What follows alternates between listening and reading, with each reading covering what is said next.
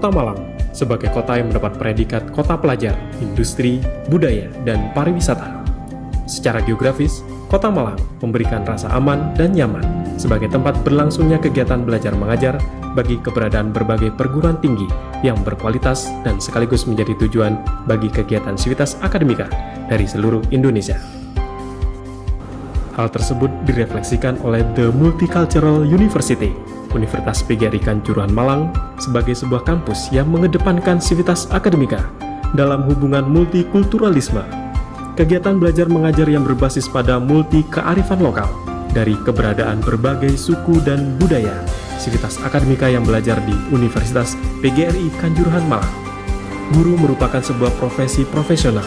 Bahkan dewasa ini, profesi sebagai tenaga pengajar sudah menjadi pilihan profesi yang sangat diperhitungkan dalam hubungan sosial kemasyarakatan.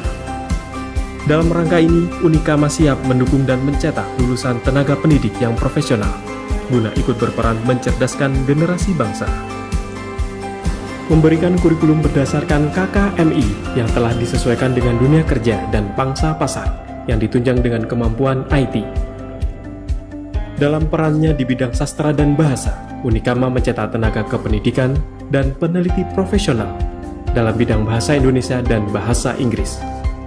Unikama telah menetapkan visi dan misi serta tujuan dan kompetensi yang disesuaikan dengan kebutuhan stakeholders. Unikama telah mengantisipasi kebutuhan pasar dan tenaga kerja yang handal dan kompeten, juga melaksanakan kependidikan secara teoretik dan praktek. Unikama memberikan kegiatan belajar yang aktif dan efisien agar mahasiswa menguasai aspek bidang hukum secara profesional, hingga mampu memberikan layanan dan menyelesaikan permasalahan hukum kepada masyarakat di lingkungannya.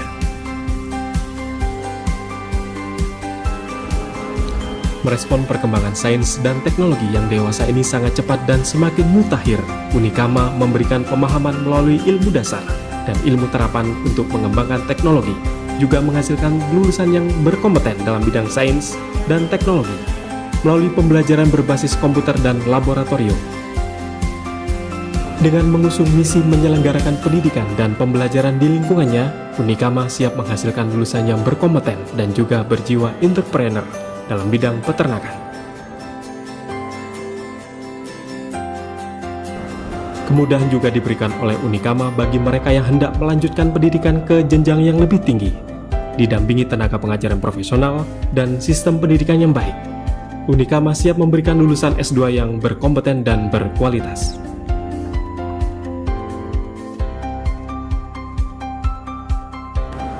Dalam perannya mencerdaskan bangsa, Unikama juga menyertai kegiatan belajar dengan suasana kampus yang aman dan nyaman.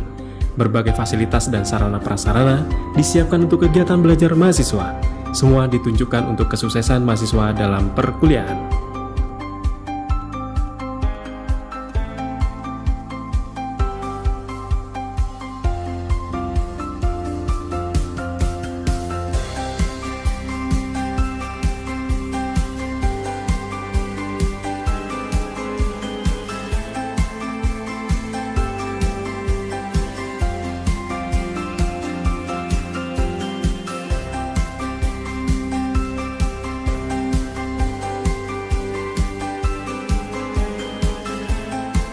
Visi Universitas Kanjuruhan Malang bahwa pada tahun 2025 akan menjadi perguruan tinggi yang unggul.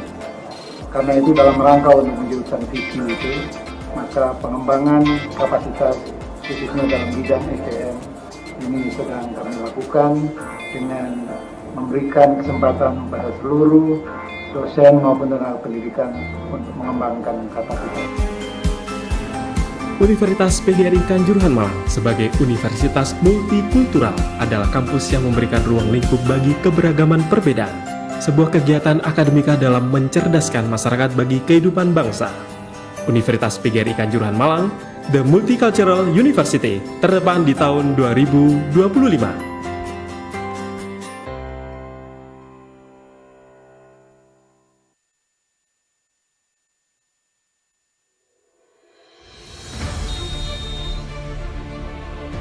Dream is the reason why we develop.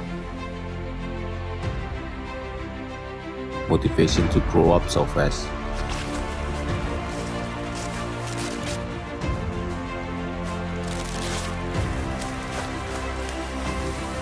to be care about what happened around us.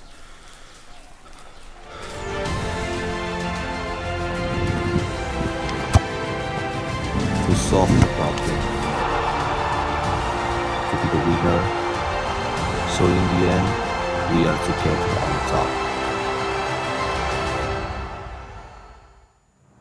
Halo sahabat Radar Malang, welcome back with me, Salma Kirana. Selamat pagi, masih tetap bersama saya dan juga tamu spesial nanti di Digitech Campus 2021. Nah, hari ini, pagi ini saya mau ngajakin seluruh sahabat Radar Malang dan khususnya penontonnya Digitech Campus 2021 ini untuk belajar bahasa asing nih. Seru banget karena salah satu bahasa Inggris yang jadi bahasa pemersatu dunia nih, bahasa dunia ini faktanya adalah menjadi momok bagi kebanyakan orang di masa kini. Padahal nyatanya bahasa ini juga jadi bahasa pemersatu dunia gitu. Kita bisa kemana aja, kita bisa connect to another gitu dengan bahasa Inggris ini tadi. Nah, kita mau belajar kira-kira ngomong bahasa Inggris itu susahnya di mana sih ya gitu kan. Bersama saya sudah hadir di sini Ibu Riza Weganova, salah satu dosen dari Universitas PGRI Kanjuruhan Malang. Halo Ibu, selamat pagi. Selamat pagi Mbak Selma. Iya, terima kasih sudah hadir Ibu. Sama-sama. Siap ya Bu, hari ini kita berdua ngobrol fun dan memberikan edukasi tentang bahasa Inggris. Siap dong. Tapi kita ngomongnya bahasa Indonesia, tenang aja. Nanti jangan-jangan penonton udah pada takut nih Bu. Waduh, ngomongnya bahasa Inggris, belajar bahasa Inggris, terus saya belajarnya bahasa apa gitu kan. Nah, kita akan membahas tentang bahasa Inggris. Sesusah apa sih kita harus belajar bahasa Inggris gitu. Nah, Ibu Riza, boleh dulu dong Bu diceritain pengalaman awalnya nih. Dari Ibu Riza ini sekarang kan jadi dosen di Unikama ya Bu ya? Iya. Nah, sebelum menjadi dosen di Unikama ini dulu kuliahnya di mana? Terus kenapa kok milih bahasa Inggris gitu? Boleh diceritain dulu pengalamannya. Iya. Selamat pagi semua sahabat. Oke. Saya memang sejak SMP jatuh cinta sama bahasa Inggris. Pertama kali dulu suka sama Westlife. Westlife memiliki sejarah ya. Ketahuan umur saya ya. Angkatan Westlife sama kok Bu. Angkatan Westlife. Oke, jadi suka Westlife. Sejak itu suka bahasa Inggris. Akhirnya menekuni bahasa Inggris. Ikut lomba-lomba. Oke. Jadi entah itu speech, entah itu di lokal sekolah saya, daerah saya, sampai akhirnya tingkat nasional, saya ikut debat bahasa Inggris, kemudian speech bahasa Inggris, sampai akhirnya saya keterima waktu itu di UM. Oke. Di UM saya ngambil jurusan pendidikan bahasa Inggris, kemudian lulus tuh, setelah lulus otomatis jadi guru bahasa Inggris awalnya. Dulu saya sempat mengabdi di SMK di Malang. Nah, setelah itu kok saya merasa pengen tantangan lebih, sehingga saya memutuskan untuk melanjutkan studi. Kebetulan studinya tetap sama di UM waktu itu, dan saya alhamdulillah waktu itu sangat mendapat support yang hebat dari lingkungan saya, keluarga inti, kemudian teman-teman, kemudian tempat kerja untuk bisa menyelesaikan sekolah. Dan saya selesai, nggak sombong nih ya, selesainya adalah 3 semester aja. Luar biasa sekali, cum laude berarti ya Bu ya? Alhamdulillah waktu itu ya. Mungkin karena seneng tadi ya, karena kan cinta di awal nih, jadi udah sekali. ngejar banget gitu. Betul, iya. Karena ya sudah kayaknya dia cinta mati ya sama bahasa Inggris akhirnya, yaitu ditekuni. Akhirnya lulus 3 semester, waktu itu sudah bekerja, jadi tantangannya sebenarnya sangat banyak sekali, tapi karena support system saya alhamdulillah sangat mendukung sekali. Lulus 3 semester, kemudian ya apply ke Unikama, dan alhamdulillah keterima sebagai dosen di sana. Luar biasa sekali. Kira-kira udah berapa tahun itu Bu? Dari pertama apply? Pertama kali apply tahun 2013 akhir. Berarti sekitar 6 atau 7 tahun ya. Menjadi dosen bahasa Inggris di Unikama gitu ya. Tapi belajar bahasa Inggrisnya dari memang kecil ya, karena emang cinta banget sama bahasa Inggris itu Inggris tadi ya. itu. Berarti dari kapan SD Bu? Memulainya Ah. banget untuk berani ikut lomba dan segala macam itu. Dikenalin sama guru saya. Saya ini berasal dari sekolah pedalaman Mbak Selma. Jadi jangan bayangkan saya dari kota. Saya itu berasal dari pulau kecil di Madura. Di sana kelas 4 SD saya dikenalin bahasa Inggris Oke. sama guru saya. Kemudian tapi nggak ngeh. Saya nggak ngeh apa itu bahasa Inggris. Tetapi orang tua saya push saya untuk mendapatkan pendidikan. Sehingga di SMP lah saya mengenal Westlife. Keren. Ganteng pasti ya waktu itu ya Bu ya. Waktu itu. Tapi sekarang masih ganteng. Masih kok. ganteng, Masih tetap ganteng tetap ya. gantengnya paripurna dan tahan lama gitu ya. Baik. Nah, jatuh cinta waktu SMP itu sudah jatuh cinta banget udah. Sama bahasa Inggris ya. Sama Kalau bahasa awal Inggris. mengenal memang SD kelas 4 bahkan dulu nggak ngerti apa itu Iya. bahasa Inggris. Betul. Dan jatuh cintanya baru SMP. Baru SMP jatuh cintanya. Didalami dan akhirnya bisa sampai sekarang ini, bahkan S2 kemarin cum laude gitu ya Bu ya. Luar Alhamdulillah. biasa sekali ya. Itu tadi karena passion juga, Iya. cinta juga, jadi belajarnya lebih gampang kali ya Bu ya. Iya. Dulu sempat mengalami kendala nggak sih Bu waktu belajar di awal-awal, namanya anak kecil ya nih ya, waktu Namanya. SMP kan masih kecil, terus belajar bahasa Inggris tuh sempat susah, ngerasa kesusahan nggak Bu? Pastilah. Gini, semuanya kan sulit. Belajar apapun tuh kalau cuma diangan-angan itu pasti sulit. Kalau cuma diangan-angan, tapi kalau sudah melangkah pertama, kemudian melangkah selanjutnya itu akan mudah. Jadi memang yang paling sulit itu adalah Memulainya ya, Bu? memulainya. Oke. Making the first start. Oke. Itu the hardest thing itu ya. Jadi awal-awal itu harus menghafal. Guru saya meminta saya menghafal tenses, menghafal verbs, vocabulary, itu Yang banyak yang banget. banyak sekali. Tapi kemudian ketika saya bertemu dengan Westlife, saya merasakan klik di situ. Oke. Nah, kalau sudah merasa klik itu kemudian wah sudah mulai suka, mulai cinta, terus dapat teman yang bisa pakai bahasa Inggris. Kalau dulu zaman saya itu surat menyurat. Oke. Nah, di surat menyurat itu saya punya teman, dia berasal dari Jawa waktu itu, Jawa Barat atau Jakarta saya lupa.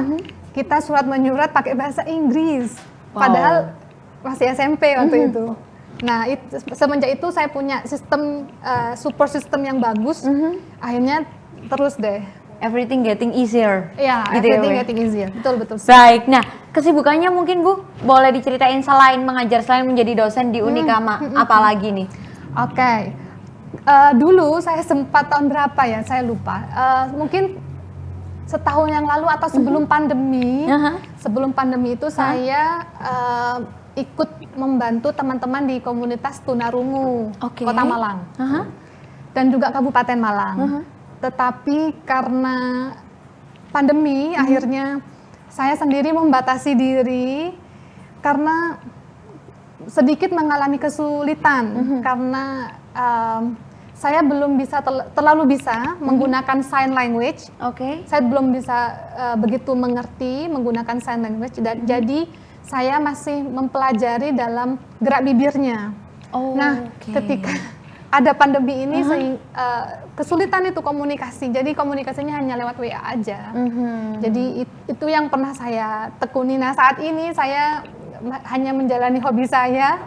Entah hobinya adalah menulis. Oke, hobinya berat ya. Biasanya hobi itu yang mengentertain. Tapi menulis itu juga bisa entertain kita Iya ketika dong. memang kita suka ya Bu ya? Betul. Baik, padahal bagi sebagian orang itu hal yang sangat berat gitu. Karena relate sekali dengan membaca. Karena kan nggak mungkin ya Bu ya. Ya. Kulaan, istilahnya kulaannya si penulis ini kan dari bacaannya gitu ya Bu ya. Jadi Oke, terus? banyak ide itu dari membaca sebenarnya. Membaca itu benar-benar yang kalau kata orang dulu itu adalah buku adalah jendela dunia, itu tetap berlaku. Jadi meskipun sekarang banyak media mainstream, banyak ilmu yang sudah di-share di media mainstream, tapi keberadaan buku itu masih menjadi salah satu sumber yang berharga bagi saya. Jadi dari membaca, kemudian menulis, kemudian hobi yang sedang saya Tekuni adalah yoga. Yoga. Wah, hobinya emang kelas-kelas agak berat nih ya. Yoga itu kan juga kelihatannya cuman yoga gitu kan. Cuman kan ini sedikit ilmu yang saya tahu ya Bu ya. Di yoga ini kan banyak banget elemen yang dipelajari. Mulai dari keseimbangan dan segala macam gitu. Oke. Nah, Ibu bagaimana mengatur waktunya untuk kerja terus habis itu hobi menulis yang tadi yang kita tahu itu tuh take time banget. Iya. Terus belum lagi yoga yang juga butuh ketenangan. Semuanya kayaknya Iya. membutuhkan waktu yang nggak sedikit gitu hobinya Ibu ini. Bagaimana Ibu mengatur waktunya? Nah, kalau mengatur waktu sulit sih. Kalau misalnya dipikirkan, banyak banget nih kegiatannya. Tapi biasanya yoga yang saya lakukan itu pagi hari. Oke. Jadi sebelum berangkat kantor, biasanya ya stretching lah, pokoknya bergerak lah ya. Bukan yoga yang bener-bener expert atau profesional, enggak ya. Saya hanya beginner aja, penikmat aja sebenarnya. Pagi biasanya relaksasi Yoga sedikit, stretching sedikit, kemudian ke kantor pasti. Nah, untuk kegiatan menulisnya biasanya malam. Oke. Investasi waktunya di malam hari.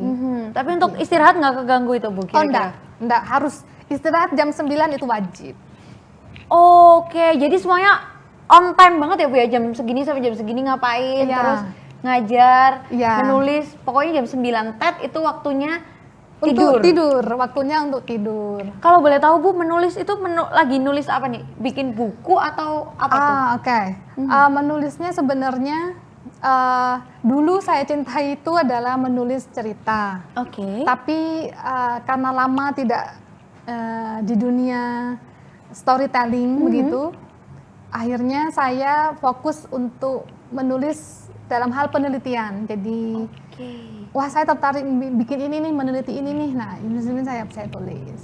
Oke. Untuk karyanya sendiri sudah ada berapa Bu? Wah, tidak banyak lah ya. Tidak banyak, masa berapa puluh gitu. Wah, banyak itu Bu, gitu kan ya. Tapi ada lah ya. Ya, ada lah. Dan itu penelitian dari banyak sisi ya, maksudnya tentang bahasa kah Iya. atau umum? Tentang bahasa, tentang bahasa. tentang bahasa, pemerolehan bahasa kedua, kemudian tentang bagaimana kaitannya mengajar bahasa kedua atau khususnya bahasa Inggris ya, Oke. begitu. Oh, Sesuai dengan expertise saya sebenarnya karena kalau misalnya meneliti kemudian dipublikasi dan itu tidak sesuai dengan kode etik publikasi ilmiah, wah itu dosa besar itu. Oh, baik. Artinya dosa besar di sini artinya bisa jadi apa yang kita tulis akan dikutip oleh orang lain, sementara kita menulisnya tidak berdasarkan teori, tidak berdasarkan temuan, itu akan menjadi temuan orang lain yang menjadi fatal itu. Nanti kan jadi dosa, istilahnya dosa jariah ya. Begitu. Baik, makanya tadi ngambil yang expertnya aja Ya, gitu ya. betul. Oke, pantesan udah tidak usah diragukan lagi karena dosennya dosen bahasa Inggris, cintanya emang cinta matinya sama bahasa Inggris, nulisnya juga hobinya juga nulis segala sesuatu pengetahuan tentang bahasa itu sendiri. Nah, otomatis Salma akan mencuri banyak ilmu tentang bagaimana sih belajar bahasa Inggris, mungkin untuk para pemula, mungkin untuk adik-adik juga, atau mungkin untuk mas-mas, bapak-bapak, bunda-bunda yang sebenarnya sudah mulai melek nih bahwa bahasa Inggris itu penting, tapi malu karena sudah sepuh, sudah berusia lah ya katakan, sudah berusia tapi belum bisa bahasa Inggris, mau belajar tuh malu. Nah, kita simak tips-tipsnya, jadi stay tune di Digitech Campus 2021.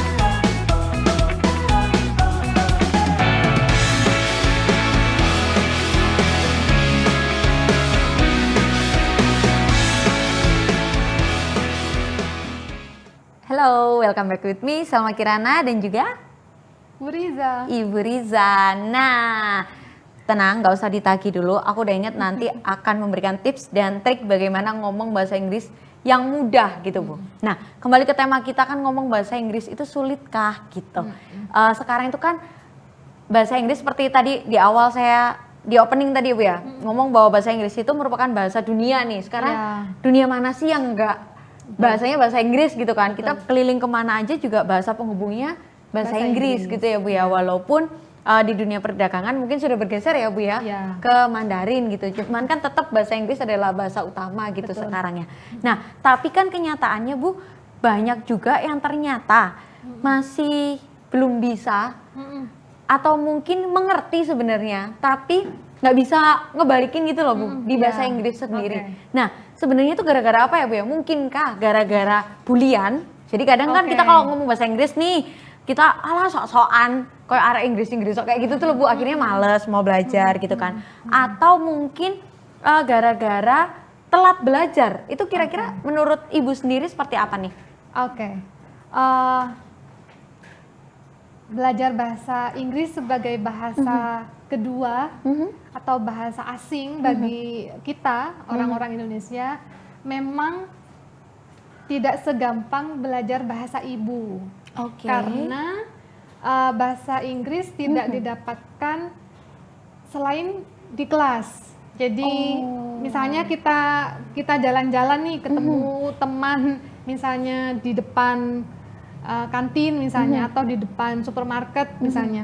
Kemudian teman kita ngobrol bahasa Inggris enggak kan? Pasti sapaannya bahasa itu gitu, bahasa apa nih di daerah itu gitu. Iya betul, bahasa daerah atau bahasa Indonesia. Nah itulah yang salah satu faktor kenapa ada beberapa orang yang mengatakan belajar bahasa Inggris sulit. Nah faktor yang kedua mungkin adanya bulian tadi ya. Saya sepakat itu dengan Mbak Selma bahwa kadang-kadang ketika kita dibully kita merasa rendah diri nih. Aduh aku kayaknya jelek nih, aduh aku nggak bisa nih, aduh aku memang sok keren sih. Jadinya itu mungkin salah satu faktor yang menghambat teman-teman di sini atau sahabat di sini untuk belajar bahasa Inggris. Ya termasuk itulah mungkin. Nah kalau untuk fenomena bahasa anak Jaksel gitu Bu, yang sekarang lagi in ya, sempet kemarin-kemarin ini tentang which is literally. Ini gimana Ibu melihat fenomena ini? Kayaknya mustahil Ibu tidak menulis fenomena itu tuh. Bagaimana ini Ibu melihat dari segi bahasa? Ini menarik banget sih Mbak Selma, karena ya di satu pihak atau di satu sisi sebenarnya wah bagus nih, berarti masyarakat sudah open minded dengan hadirnya bahasa asing atau bahasa Inggris dan sudah menjadi menjadi konsumsi yang lumrah di tengah masyarakat. Tapi di sisi yang lain kadang-kadang anak-anak muda ini over dalam menggunakan bahasa itu sendiri, di mana kadang-kadang penempatan kata which is atau literally itu tidak sesuai dengan konteks atau tidak sesuai dengan struktur bahasanya begitu. Tapi sebenarnya it's okay. Artinya masyarakat sekarang atau anak muda sekarang sudah open minded dengan kehadiran bahasa asing atau dengan kehadiran bahasa Inggris. Mereka mau menerima dan mau menerapkan. Minimal udah kenal dan mau menerapkan itu tadi ya Bu ya. Betul sekali, betul. Saya sepakat itu. Nah tapi ini kan kita ceritanya belajar bahasa hari ini dari which is and literally. Boleh dong Bu dikasih tahu sebenarnya which is itu kapan digunakan dan literally ini juga kapan digunakan, di momen-momen seperti apa biar nggak salah. Jadi abis ini ngomongnya itu Inggris tetap anak Jaksel tapi yang keren gitu karena bener gitu. Nah boleh Bu di sharing Bu. Wah ini seperti ngajar grammar ya. Nggak apa-apa dong Bu, kita selipin dikit-dikit gitu ya. Jadi mahasiswanya Ibu semua nih sahabat Radar Malam TV. Which is itu sebenarnya which itu adalah kalau misalnya singkat atau simpelnya mau diterjemahkan dalam bahasa Indonesia adalah kata penghubung yang fungsinya, di mana fungsinya adalah untuk menerangkan kata benda atau baik orang maupun benda atau tempat. Nah, untuk misalnya seperti ini, I know a girl, for example. Kemudian kita lanjutkan atau kita terangkan lagi about the girl. Misalnya, the girl study in Unikama, for example. Nah, kita mau menggabungkan dua kalimat itu menjadi satu kalimat. Jadi misalnya I know a girl who is studying in Unikama. Jadi itu adalah penggunaan kata who ya. Karena kita menerangkan the girl, oke. cewek atau manusia. Oke. Nah, kalau menggunakan which itu digunakan untuk menerangkan kata bendanya. Misalnya, I have a car, for example. The car is blue, for example. Ini mau digabungkan nih. Jadi kalau digabungkan, I have a car which is blue. Which is biar keren, biasanya anak-anak muda langsung belinya which is. I have a car which is blue, for example. Nah, itu ada contoh dari penggunaan kata which is. Nah, yang menjadi concern akhir-akhir ini, kata which is itu kadang diselipkan untuk menerangkan orang. Sama teman-teman milenial. Padahal untuk menerangkan orang tadi menggunakan good. 100 ya Bu. Oke, baik. Nah, ini kan pengetahuan baru nih. Jadi kita bisa tetap keren, tetap bisa belajar bahasa, tetap menerapkan which is itu tadi, tapi dengan benar. Yang which is tadi menerangkan benda, bukan the girl, orang ya, bukan orangnya. Kalau orang tuh pakai gitu ya Bu ya. Oke, itu tentang which is. Yang kedua, literally itu kalau diterjemahkan dalam bahasa Indonesia itu adalah secara harfiah. Jadi, for example,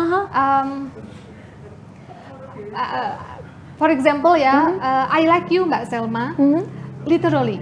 Jadi, I like you Mbak Selma, literally. Jadi, artinya saya memang menyukai Mbak Selma. Di belakang itu juga saya menyukai Mbak Selma, jadi tidak munafik lah ya. Gitu. I see. Itu udah bahasa Inggris. Betul Bu, kalau I see itu bener nggak Bu? Good. Itu istilah yang tepat. Tepuk tangan dulu dong masyarakat Radar Malang TV itu benar. Oke, jadi itu literally itu sebenarnya untuk secara harafiah intinya menerangkan bahwa nggak munafik nih gitu ya. Bener-bener gitu ya, literal itu bener-bener nih gitu ya, untuk for sure aja ya. Oke, tuh udah dapat 2 pelajaran. Dalam kita ngobrol sekitar 25 sampai 30 menit aja nih kita udah belajar sebenarnya tentang dua bahasa Inggris nih, which is sama literally. Bagaimana menggunakan bahasa yang sekarang sering kita dengar tapi dengan benar gitu kan. Kadang kita asik ngobrol aja nggak ngerti itu benar atau salah gitu ya, tapi minimal sudah berani ngomong bahasa Inggris aja udah good banget nggak sih Bu ya? Oh banget. Itu sudah confidence-nya sudah dapet, itu sudah poin plus banget. Jadi yang pertama kali memang perlu dibangun adalah tidak takut melakukan kesalahan. Jadi kalau misalnya selalu takut, dia tidak akan ngomong-ngomong. Jadi itu dia harus berani, harus confidence untuk mencoba atau untuk ngomong dulu. Siap Bu, nanti di sela-sela break Ibu boleh nggak ajarin saya untuk memberikan closing, nanti kita closing pakai bahasa Inggris ceritanya. Boleh. Tapi yang sederhana aja ya Bu ya. Karena kalau saya malu kalau sampai salah malu ini Bu. Soalnya bawa Radar Malang gitu kan. Tapi abis ini kita break dulu. Saya akan belajar bahasa Inggris untuk closing kita nanti. Buat yang nungguin tips and trick belajar bahasa Inggris dengan mudah dan murah pastinya. Stay tune with us di Digitech Campus 2021.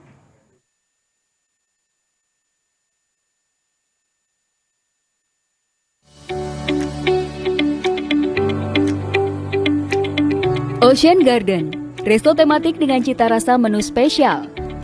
12 tahun sudah resto Ocean Garden melayani dan menjadi jujukan warga Malang Raya dan para pecinta kuliner. Mengusung konsep wisata makan sehat, bersih, enak dan nyaman. Kini Ocean Garden sudah memiliki 4 cabang, yakni Ocean Garden di Jalan Soekarno-Hatta dan Jalan Trunojoyo, Kota Malang. lalu di Kota Batu dan 1 cabang lainnya di Turen, Kabupaten Malang. Tiap cabang Ocean Garden memiliki konsep dan ciri khasnya sendiri-sendiri. Inovasi menu dengan tetap mempertahankan cita rasa khas Ocean Garden serta upgrade layanan menjadi kunci penting resto ini.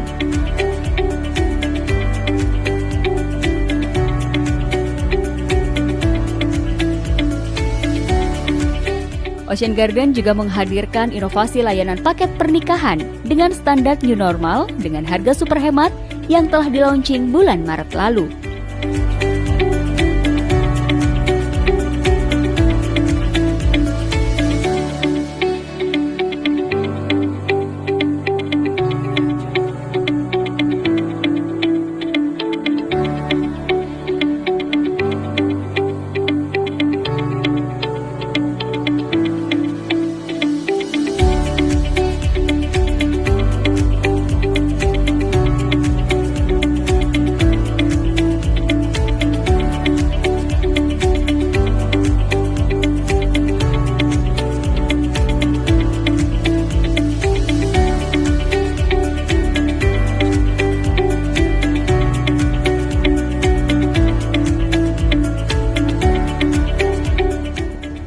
Assalamualaikum warahmatullahi wabarakatuh. Selamat siang, salam sejahtera bagi kita semuanya. Perkenalkan, saya mewakili teman-teman dari Ocean Garden menyampaikan terima kasih atas kepercayaannya, kebersamaannya yang selalu setia untuk mengadakan makan bersama keluarga, rekanan, dan acara arisan, acara pernikahan di Ocean Garden. Alhamdulillah Ocean Garden sekarang terus berkembang melayani semua kebutuhan akan makanan dan minuman dari warga Malang Raya, sehingga dengan mutu murah memuaskan kami siap melayani Bapak Ibu sekalian. Terima kasih. Wassalamualaikum warahmatullahi wabarakatuh.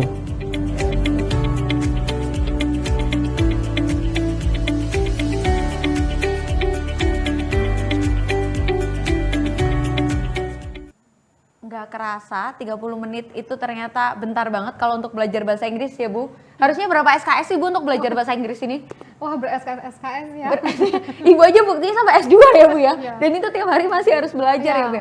Tapi untuk belajar bahasa Inggris secara bukan singkat sih lebih tepatnya, secara singkat yang penting bisa untuk berkomunikasi aja. Itu sebenarnya ada tips atau trik khusus nggak sih Bu sebenarnya? Atau harus benar-benar S2 banget nih gitu untuk bisa berkomunikasi aja gitu? Iya. Oke, kita fokusnya untuk komunikasi ya, Mbak Selma, untuk hari ini di pembahasannya. Oke. Yang pertama itu adalah learning speaking by listening. Learning speaking by listening. Gimana Oke. tuh Bu? Artinya kita lebih sering dengerin dulu nih. Jadi ketika kita sudah terekspos dengan natural English, jadi bahasa Inggris yang natural, yang alami. Nah, secara lambat laun kita akan menyimpan semua vocabulary, semua structure, semua konteks dalam bahasa Inggris itu di dalam otak. Jadi mungkin banyak teman-teman atau sahabat radar ini yang belajar bahasanya lewat buku atau suka membaca. Oke, benar. Boleh saja, tapi untuk belajar ngomong biasanya yang pertama dilakukan adalah listening dulu. Oke. Jadi learning speaking by listening. After that, you have to repeat. Oke. Harus diulangi. Artinya ketika kita misalnya suka nonton podcast nih, podcast bahasa Inggris, entah banyak di YouTube atau di Netflix, banyak sekali film-film bahasa Inggris. Just listen to that. Oke. Jadi dengerin aja, kemudian di repeat. Ketika misalnya kita punya rekaman story misalnya dalam bahasa Inggris, nah itu silakan diulangi apa yang disampaikan oleh aktor, diulangi entah itu dalam satu kalimat, kemudian misalnya naik, seperti kita latihan Vokal mungkin ya? latihan nge-gym. Oh, I Kalau see, nge-gym itu ya. biasanya dari barbel yang Ada level-levelnya gitu ya? 1 kilo naik jadi 5 kilo. Begitupun dengan repetition itu, merepeatnya mulai dari pertama misalnya merepeat secara chunk, jadi potongan kalimat, kemudian jadi satu kalimat, dari satu kalimat berkembang lagi jadi paragraf, kemudian sampai bisa meretell cerita itu dalam satu cerita. Nah itu setelah itu baru kemudian jangan lupa untuk praktis. Temukan teman yang tepat atau komunitas yang tepat. Kemudian setelah menemukan komunitas yang tepat, kita harus push our comfort zone. Kita harus istilahnya berani mencoba. Oke. Misalnya nih, kita nyamannya belajar bahasa itu dengan menulis. Oke. Misal. Nah, gimana kalau kita misalnya coba menaikkan jadi belajar bahasanya dengan kita recording. I see. Sekarang kan banyak HP-nya Betul. canggih-canggih semuanya. Nah, untuk merecord kan nggak perlu seperti dulu beli kaset ya. Kita cukup merekam suara kita, kemudian kita dengerin sendiri tuh. Wah, itu grammarnya ada yang salah tuh. Nah, itu nanti akan terbiasa. Jadi kita harus push our comfort zone. Jadi harus keluar dari zona nyaman kita belajar bahasa Inggris seperti apa. Kalau misalnya kita nyamannya belajar bahasa Inggris, ngomong bahasa Inggris dengan cermin, misal ya. With ourselves ya, of course. Kita harus mencoba bagaimana kalau saya ngomongnya di depan orang. Oke, karena itu pasti beda ya Bu ya? Betul sekali. Nah di situ kita harus mempush diri kita untuk mencoba hal-hal yang baru. Nah, kalau misalnya sukanya ngomong bahasa Inggris dengan cara dengerin lagu nih. Nah, gimana kalau sekarang ngomongnya dengan bernyanyi? Kita speak menggunakan kamera, kemudian kita mencoba sosial media yang banyak itu, atau misalnya kita sukanya belajar bahasa Inggris sendirian. Oke. Jadi hanya belajar tidak ada teman, mungkin kita bisa masuk ke kampus nih. Oke. Kalau di kampus kan apalagi kalau misalnya ngambil jurusan bahasa Inggris, entah pendidikan bahasa Inggris atau misalnya sastra Inggris, nah itu kan ada komunitasnya, teman-temannya, ada dosennya, nah itu mungkin akan membantu untuk belajar bahasa Inggris. Nah itu sih kalau cara termudah yang bisa kita lakukan untuk kita belajar bahasa Inggris. Yang terakhir yaitu adalah mencari tools yang tepat. Mencari tools yang tepat. Nah, seperti apa tuh Bu? Nah, tools itu artinya alat yang bisa membantu kita untuk belajar ngomong. Oke. Nah, kan banyak sekarang yang menggunakan entah itu Android atau menggunakan Apple, aplikasi yang ada yang gratis, ada yang berbayar, dan itu menyediakan jasa pengecekan pronunciation misalnya. Oh, betul. Kalau kamus misalnya ada kamus, boleh nyebut gak sih? Oh boleh. Siapa tahu nanti kita disponsori juga. Jadi silakan Ibu. Misalnya ada kamus yang disediakan itu adalah Merriam-Webster. Nah, kalau dulu biasanya kita nyamannya buka kamus bahasa Inggris itu kamus sejuta umat. Yang biru, merah, merah ya, tebel, kuning. ada ABC-nya, merah, kuning, biru. Betul. Baik. Itu kamus 1 miliar kata gitu. Ya, nggak apa-apa. Tapi kita harus mencoba kamus yang Inggris-Inggris. Contohnya adalah Merriam-Webster. Di situ ada how to pronounce a certain words, itu sudah ada dengan native accent-nya itu sudah ada. Atau ada synonyms, jadi tidak harus menggunakan kata-kata yang monotonous, tapi bisa belajar mengolah kata-kata indah itu dari thesaurus. Nah itu. Thesaurus, oke. Thesaurus. Jadi Nah, itu sih beberapa tips mudah untuk caranya ngomong bahasa Inggris. Karena mungkin ini satu pertanyaan Bu. yang ada di dalam benaknya teman-teman mungkin, karena itu juga ada di benak saya waktu saya pertama kali belajar bahasa Inggris. Bagaimana caranya aku bisa ngapalin dan masukin kamus yang setebel gaban ini ya, kamus sejuta umat ini yang A sampai Z itu masuk ke kepalaku. Saya pikir dengan saya hafal semua yang ada di kamus itu, maka saya bisa ngomong bahasa Inggris. Itu sebenarnya benar nggak sih Bu? Pikiran seperti itu? Atau sebenarnya ada cara yang lebih, ya selain yang tadi Ibu sebutkan ya, itu sebenarnya gimana? Untuk yang awam banget nih tentang belajar bahasa Inggris, haruskah menghafal vocabulary first atau grammar first? Oke. Dulu waktu kuliah S1 ya Mbak ya, memang waktu S1 saya itu internet tidak sebegitu wahnya seperti sekarang. Jadi akses kita untuk online platform atau online dictionary itu sedikit, sehingga kalau misalnya sudah masuk ke gedung sastra nih, itu pasti banyak menemui mahasiswa yang membawa kitab tuh. Benar sekali, kitabnya adalah kitab kamus itu yang tebel itu. Tapi yang bahasa Inggris. Oh. Jadi satu kata diterjemahkan dalam bahasa Inggris juga begitu. Nah, apakah itu semuanya masuk ke dalam otak kita kita? Kemudian kita baru bisa ngomong? Of course not. Of course not. Jadi keberadaan kamus itu membantu kita untuk mencari kata-kata yang tidak familiar, tetapi untuk communication, for the sake of communication, usually kita menggunakan kata-kata yang familiar.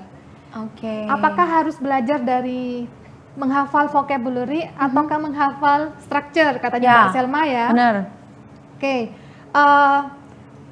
Kalau menurut saya, agar bisa ngomong nih ya, agar bisa ngomong itu adalah dengan kita memahami konteks atau memahami kondisi kapan satu kalimat itu digunakan.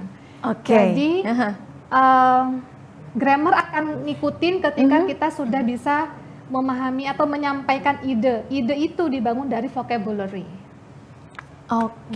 Itu sebenarnya nggak rumit kok, belajar bahasa Inggris itu sudah menjawab tema kita hari ini. Belajar bahasa Inggris, kuliah bahasa Inggris, sulitkah? Enggak sebenarnya ya Bu ya. Asalkan mau. Tadi di awal kan Ibu sudah mengatakan yang pertama itu harus mau dulu, cinta dulu. Kalau ada cinta kan semua halangan dan rintangan pasti dibabat gitu ya Bu ya. Tidak terasa banget sudah 30 menit, tapi sebelum itu Ibu boleh dong memberikan sedikit punchline kalimat penutup nih, closing statement, mungkin boleh berbahasa Inggris mungkin biar adik-adik atau teman-teman mencari artinya sendiri. Jadi sekalian belajar bahasa Inggris Bu. Setuju ya Bu ya? Boleh. Baik, silakan Bu. Nothing is impossible in this world as long as we can have the first step. Kalimat yang luar biasa sekali. Nothing is impossible in this world as long as we can find the first step. Jangan lupakan first step-nya pasti ya. Dan selamat mencari your first step. Untuk apapun itu ya Bu ya. Untuk apapun itu. Thank you so much. Thank you so much for accompanying me. Bener gak sih Bu? Yes, I'm trying ya Bu ya. Yang penting kan I'm trying gitu. She is good. Thank you so much for accompanying me for more than 30 minutes in this session Digitech Campus Expo 2021. Don't forget guys to watching www.pamerpamer.com. Kita akan ada di sini. Nah, ini penting Bu. Jadi saya harus pakai bahasa Indonesia aja biar lebih paham tentunya ya. Kita akan ada pameran Digitech kampus ini akan ada sampai tanggal 20 Juni. Jadi buruan aja buat adik-adik mungkin yang belum beruntung atau mungkin yang lagi cari kampus nih. Kira-kira di Malang ada kampus apa aja? Itu banyak banget. Salah satunya ada Unikama. Yang ingin masuk bahasa Inggris, ingin memperdalam bahasa Inggris, ada Ibu Riza di sini. Dari Unikama pastinya ya Bu ya. Dan pingin belajar langsung bisa ditemui di Unikama. Jadi buat teman-teman, adik-adik, jangan lupa kunjungi web kami di www.pamerpamer.com. Pilih-pilih kampus di sana, satu klik aja udah bisa mengelilingi kampus seluruh kota Malang. Thank you so much, Mrs. Riza. Thank you for your time. You're welcome. My honor. My honor. Oh, thank you so much. Then see you in Digitech Campus 2021. Bye-bye.